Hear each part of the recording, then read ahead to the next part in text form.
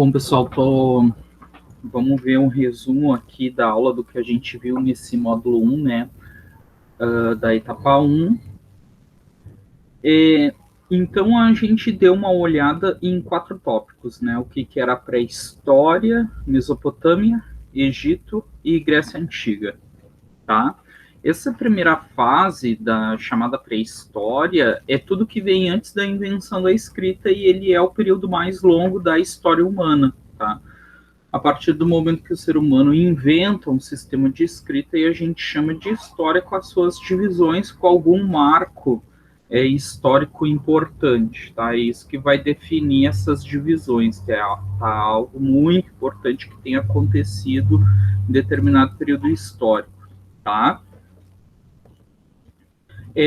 A primeira forma de escrita é chamada de cuneiforme, que é esses tabletes de argila que a gente viu, né? Eles eram marcados com um instrumento chamado de cunha, que esse instrumento, assim, ele podia ser de ferro, normalmente era de ferro, né? Ou até mesmo madeira, que fazia esses riscos nesse tablete. E por isso o nome cuneiforme, tá? Como o período da pré-história ele é muito longo, ele é dividido em alguns períodos, né? A gente estudou 2, é o Paleolítico e o Neolítico, né? O Paleolítico, então, mais duradouro, né? Mais longo, que é esse chamado de período da Idade Lascada, ele vai ser o período em que o ser humano ele se desenvolve de maneira nômade, porque ele não tinha o domínio da agricultura, né, e nem da pecuária, não criava animais. Ele vai se alimentar do alimento disponível. Quando ele acaba, ele se muda, né, para um lugar onde tem alimentos disponíveis, tá? Provavelmente se abrigavam em cavernas ou em choupanas feitas de galhos, né, coberta de folhas. Como eles tinham esse hábito nômade, provavelmente não faziam grandes construções, tá? A ideia de pedra lascada é justamente desses utensílios feitos de pedra em que se batiam uma pedra na outra e de acordo com o formato que formava, né, se podia fazer machados, podia fazer facas, né, para facilitar a vida, né, nesse período. A partir do momento que o ser humano desenvolve a agricultura, tem um novo período chamado de Neolítico, né? Ou seja, a pedra nova, né? Neo vem de novo, tá? O marco que vai dividir do Paleolítico para o Neolítico é o domínio da agricultura. A partir do momento que o ser humano domina a natureza, ele se dá por conta que ele pode plantar, ele não precisa ir embora quando o alimento termina, ele muda totalmente o estilo de vida do ser humano, tá? Totalmente. Então, primeira coisa, eles se tornam sedentários, eles não precisam ficar indo embora. Como eles se tornam sedentários, eles começam a fazer construções mais elaboradas das suas moradias, né? Se eles estão construindo novas moradias, consequentemente estão construindo cidade também, né? Vida urbana e, claro, desenvolvimento de cultura, complexificação da cultura, né? Então, os seres humanos deixam de ser nômades, passam a morar permanentemente num só lugar. Nesse período, o homem não vivia somente da pesca e da caça. Ele passou a semear terras férteis, a aguardar a época das colheitas, o que ocasionou o surgimento da agricultura e a criação de animais. Tá? Aqui um exemplo, né, dessa pedra polida, né, esses dois da primeira imagem, da imagem mais acima, são 2 machados, né? A gente vê que não é só um machado lascado, ele depois de ter sido formado no formato que se queria, ele foi polido, né, para ficar lisinho. E nessa segunda imagem mais abaixo tem uma comparação, são 2 machados, né? Um de uma pedra do período da pedra lascada, né, do Paleolítico, e outro da pedra polida ali. A gente vê claramente a mudança, né? E claro, quando o ser humano se torna sedentário, ele vai ter muito mais tempo para se dedicar às atividades.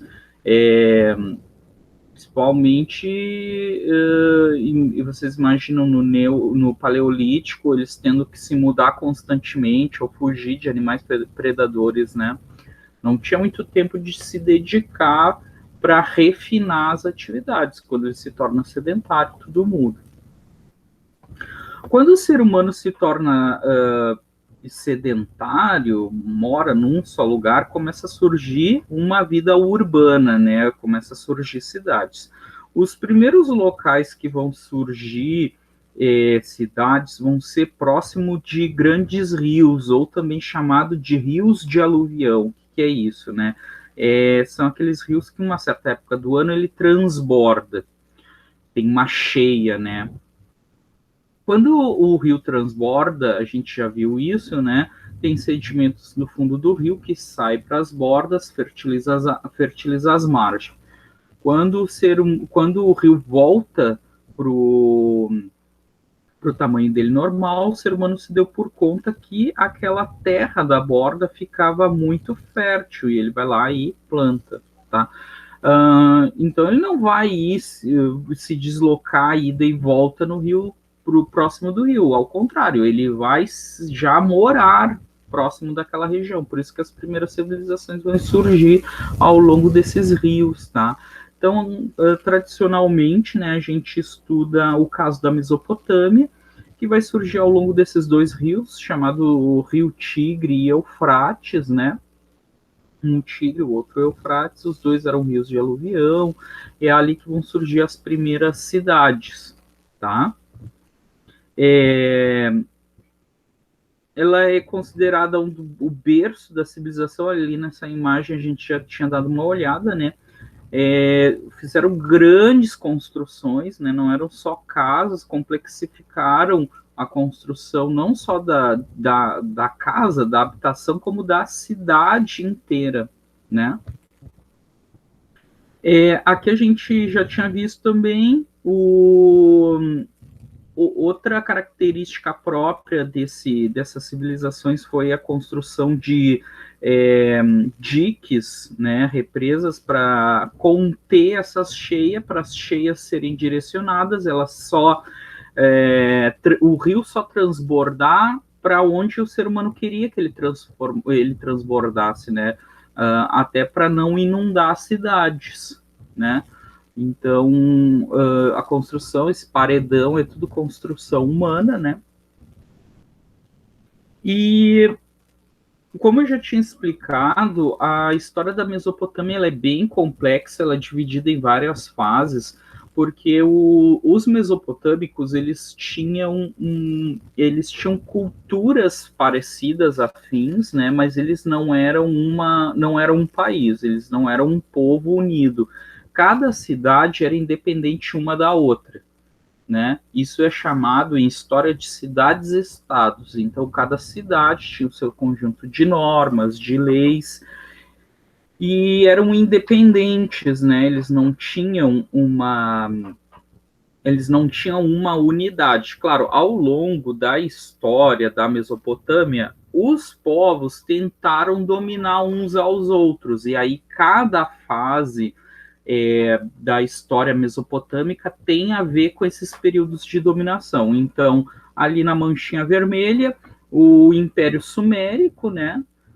Depois da Mancha Verde, o Império Acádio, onde os acadianos tentaram dominar, né? Depois o Império Assírio, ali na Manchinha Amarela, né? Tentaram, os assírios tentaram dominar, e o Império Babilônico, né? Quando os babilônicos, então, tentaram dominar. Então, assim, é um conturbado de clima de disputas naquela região, tá?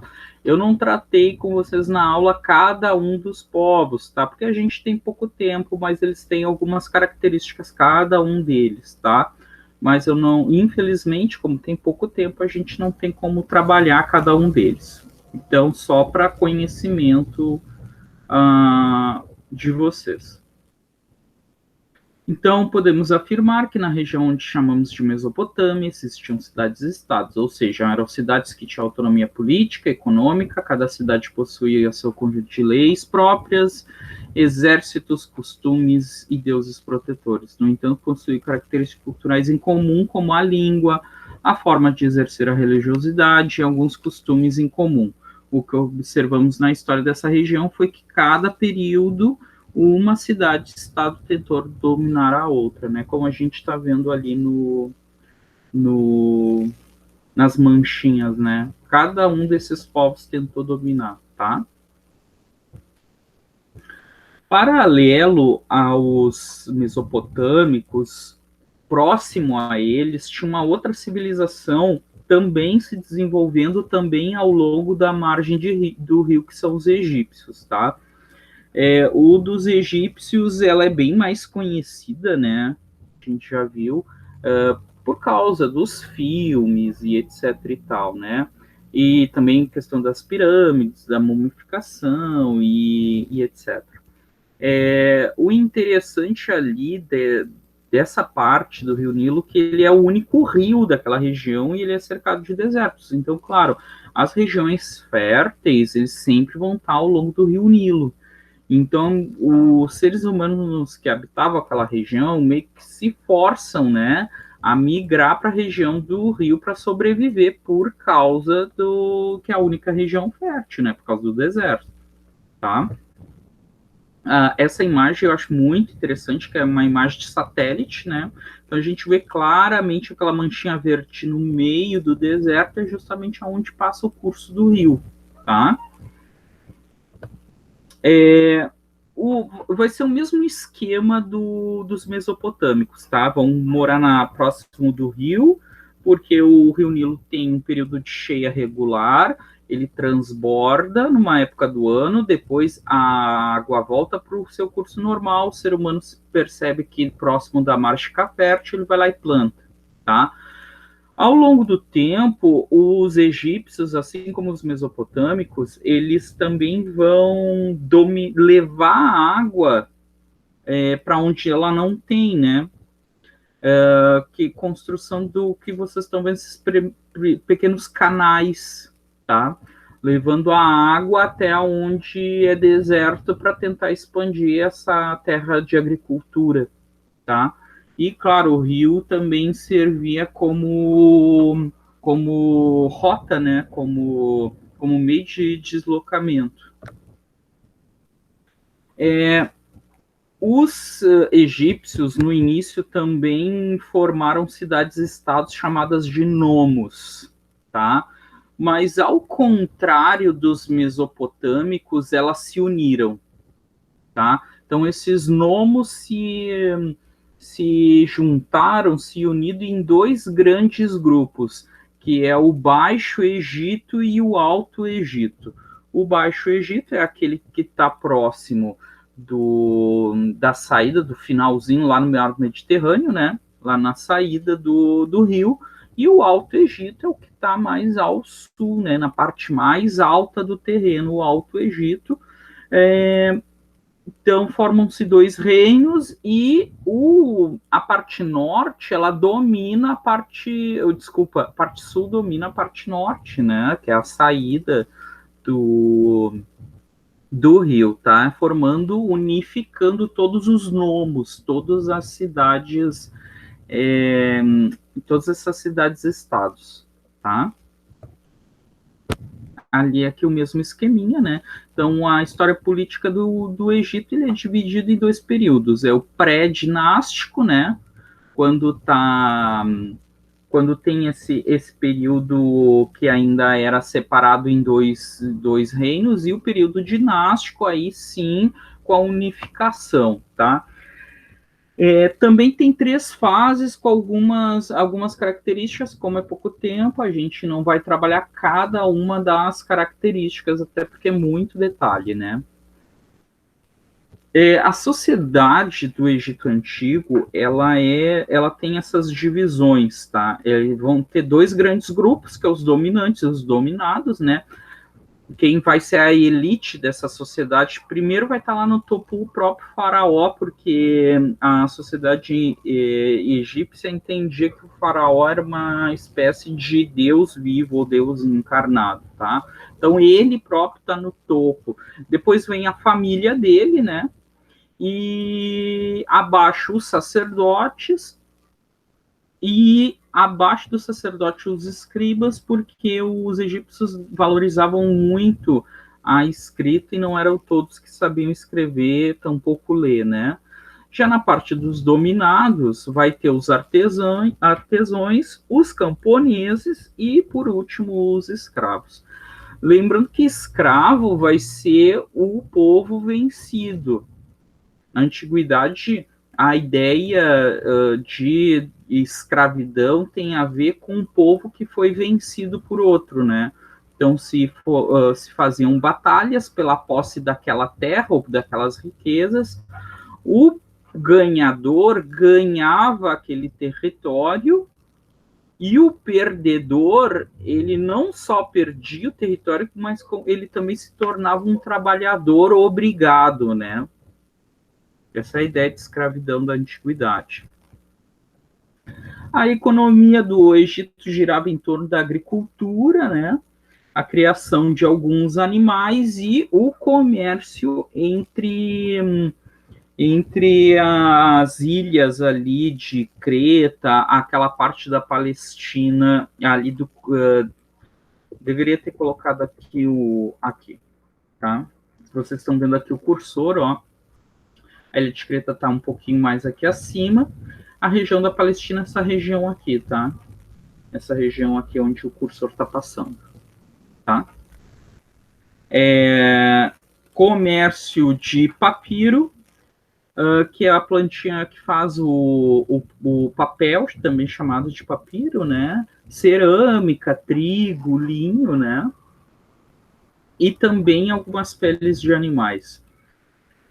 A cultura egípcia, ela girou muito em torno da religiosidade. Eu não vou cobrar isso de vocês, tá? Mas eles eram politeístas, acreditavam numa vida após a morte e num retorno desse mundo dos mortos, né? Então era bem complexo a ideia desses rituais dele. Eu acredito que justamente o que mais chame a atenção na cultura egípcia tem a ver com isso, né?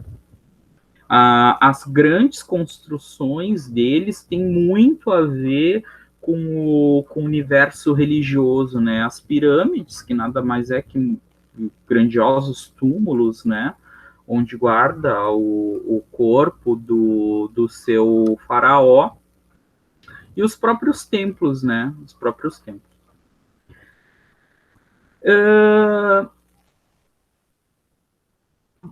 A gente já mudando um pouquinho o assunto, né? Nesse mesmo período, um pouquinho depois, né?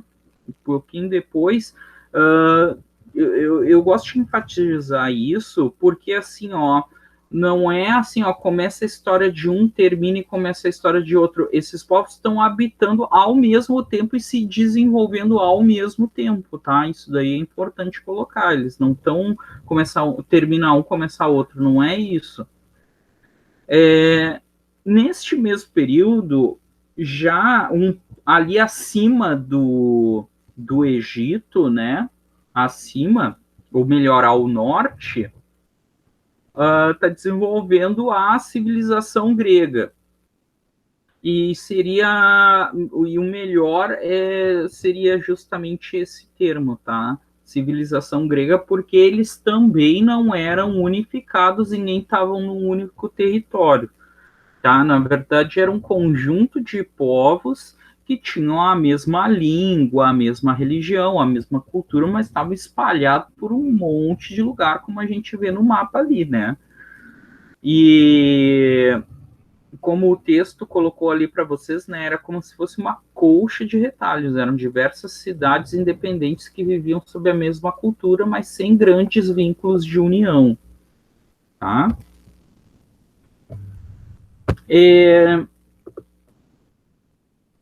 a história grega, ela é dividida nessas fases aqui, ó, a civilização minoica, que é o que equivale a minoica, que tem a ver com com o rei Minos, tá? Que tem a ver com essas grandes construções aqui, ó, que a gente já tinha comentado, esses grandes palácios influenciaram a cultura grega, tá?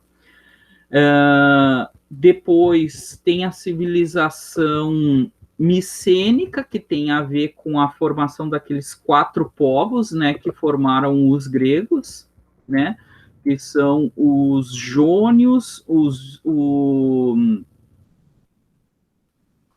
desculpa, me fugiu aqui os termos,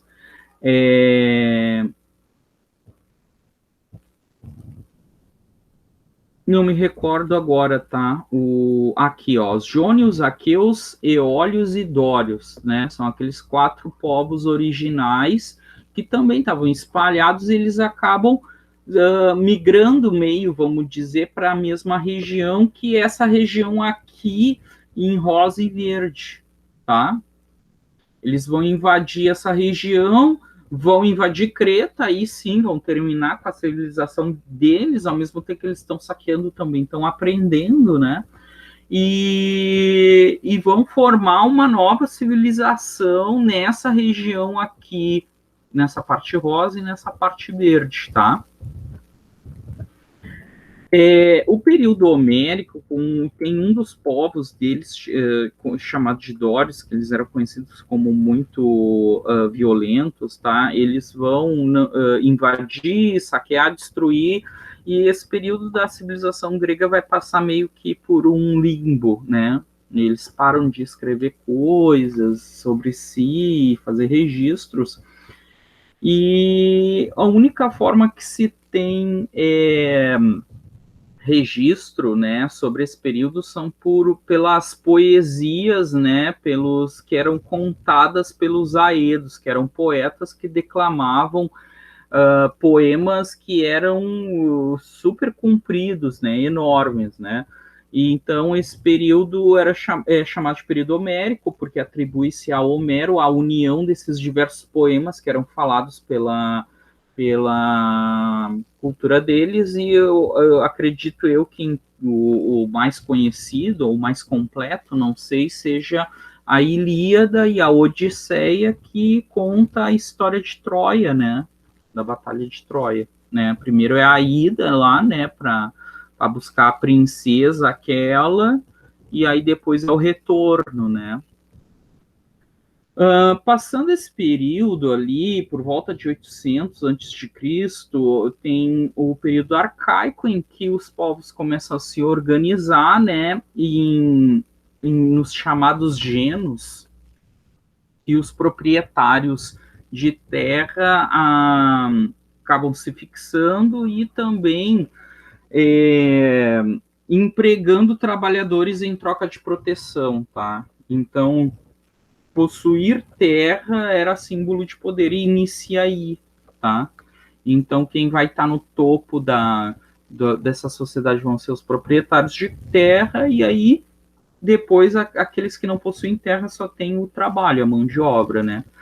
Período clássico, onde tem o apogeu da sociedade, dessas cidades gregas, as cidades eram chamadas de polis, né? A gente já viu isso. Vai ter o desenvolvimento de política, democracia, a cultura, teatro, música e etc. e tal, né? E o último período é o período macedônico, que é uma região que estava bem ao norte da Grécia, em que esses povos percebem que, uma altura do campeonato, os gregos estavam brigando entre si, porque uma das polis tentou dominar a outra, né? A Atenas, na verdade, tenta dominar aquelas polis, e aí os espartanos não aceitam. Os macedônicos se aproveitam dessa briga entre eles e invade e domina tudo, né? Eu não tratei sobre eles, tá? São muitos detalhes, então a gente vai tratar no geral das características dos gregos, porque a gente não tem muito tempo para desenvolver o conteúdo, tá? O forte da economia grega é no cultivo de oliveira, do trigo do vinhedo, tanto da fruta quanto da produção do vinho, tá? Da bebida, a bebida alcoólica. O artesanato, né, principalmente com a cerâmica, e tudo isso era vendido pelo comércio marítimo através do mar Mediterrâneo, desculpa. Fora as investidas de guerra, né? As investidas de guerra que serviam para capturar escravo, assim como para saquear as cidades, tá? A sociedade, cada polis tinha meio que a sua organização, mas em geral eles eram divididos em três, né? No caso, em Atenas, tinha essa coisa do eupátrida, que é o bem-nascido, é aquele que é o que possui terras, né? O meteco, que é aquele que não possui terra e ele só tem a mão de obra, né? E por fim, o escravo. Já o espartano é mais ou menos a mesma ideia, né? O espartano legítimo é aquele que é proprietário de terra, nascido em Esparta, né? Isso aí é outra coisa interessante, porque a ideia de cidadão deles é justamente tu ter nascido na polis, né? Tu precisa ter nascido naquela polis para ser considerado cidadão. O perieco é o cidadão que vivia naquela região e não resistiu à invasão espartana. E o ilota é também um estrangeiro, né? Também estrangeiro, só que esses resistiram. Então, esses era destinado ao trabalho escravo, tá? Porque eles resistiram à invasão espartana, tá? O estrangeiro não era visto como cidadão e, portanto, ele não tinha direito nenhum, tá? Em Esparta, mulheres e crianças e adolescentes, melhor dizendo, eles tinham um espaço, um maior espaço. Já em Atenas, não, mulher não tinha espaço nenhum, né? Somente homens que ocupavam as lideranças, a política e etc. Tá? Quase todos os hábitos da sociedade ocidental, e a gente está dentro dela, né, dessa sociedade ocidental, ela vai ter origem na cultura grega, tá?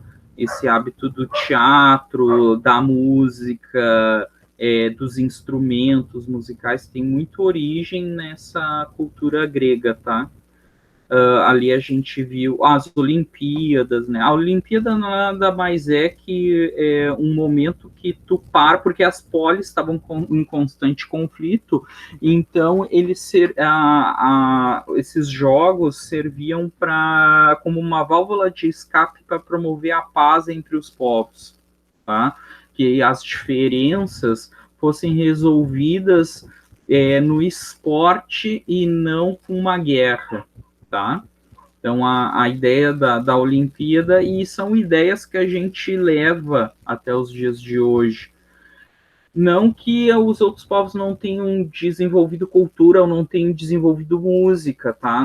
Muito antes, pelo contrário. Mas a nossa concepção de se reunir em um determinado lugar para apreciar uma manifestação artística ou inclusive apenas tocar a música e observar o sujeito tocando aquela música, isso tem muito a ver com a cultura grega, tá? Aqui mesmo tem a construção do teatro, né? Essa ideia do teatro que nós temos dele, não só o ato de atuar, mas também o do local, né? E a religião grega, ela vai ser politeísta, e ela tem diversas manifestações de arquétipos, ou de, vamos dizer assim, de hábitos humanos, tá? A personificação de sentimentos ou de atos humanos vão estar expressos nesse conjunto de deuses, tá? também não vou tratar com eles, tá? Sobre eles, mas e que também é uma coisa que talvez seja um dos aspectos culturais mais explorados, né, da cultura grega. Bom, gente, sobre Grécia é isso. Sobre Grécia, não, desculpa. Sobre o módulo 1 é isso. Agora sim, vocês estão preparados aí para. Estão preparados para fazer o questionário de presença e a prova, tá? Só deixa eu encerrar aqui para a apresentação aqui. Então, como eu já tinha dito para vocês, tá? Se tiver que pegar e imprimir o material, não precisa imprimir o material que a escola dá, porque ele é muito longo, então deixa para imprimir o material de apoio que eu deixei, se não me engano tem 4 páginas, né? Pode imprimir também os slides, mas o texto que está no slide é o mesmo que está no material de apoio, tá? Não é nada diferente, tá?